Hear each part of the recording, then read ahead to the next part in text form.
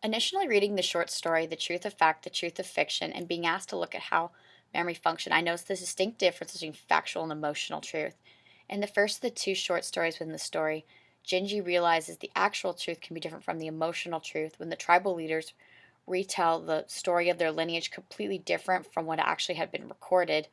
They actually believed in their minds they were right and that their memory of the story and of their lineage was correct, even though factually it wasn't, because their memory was based on their emotions at the time of recalling it and their emotional needs and desires.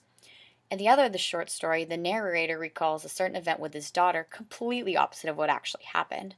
In his emotional memory, he remembered the event in a way that was pleasing to him and in a way that I think he could cope with. This shows that we can completely alter our memory of an occasion or event because of our emotions at the time of the event, or sometime after the event, or even at the recalling of the event.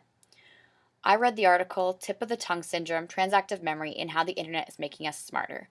This article didn't change any of my initial thoughts about memory in the story, but rather brought up an entirely different point about memory, which is mainly how technology affects memory and whether or not it can be harmful to memory. Maria Popova, the author of this article, cites technology writer Thompson, who explains that although technology seems dangerous to memory, it really is more of an asset as our minds work extrinsically with technology can be a positive thing because technology gives us such a vast amount of information and so many tools that we actually can capitalize in so many different resources that we can utilize. Thompson particularly explains metamemory and transactive memory,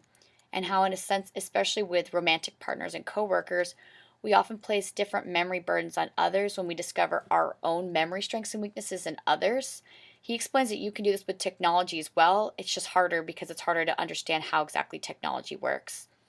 In Ted Chiang's story, the same positive light is not shed upon using technology for memory, because, as mentioned earlier, there is an emphasis in Ted Chiang's story that sometimes the emotional, non perfect memory is better than the factual memory, depending on the situation.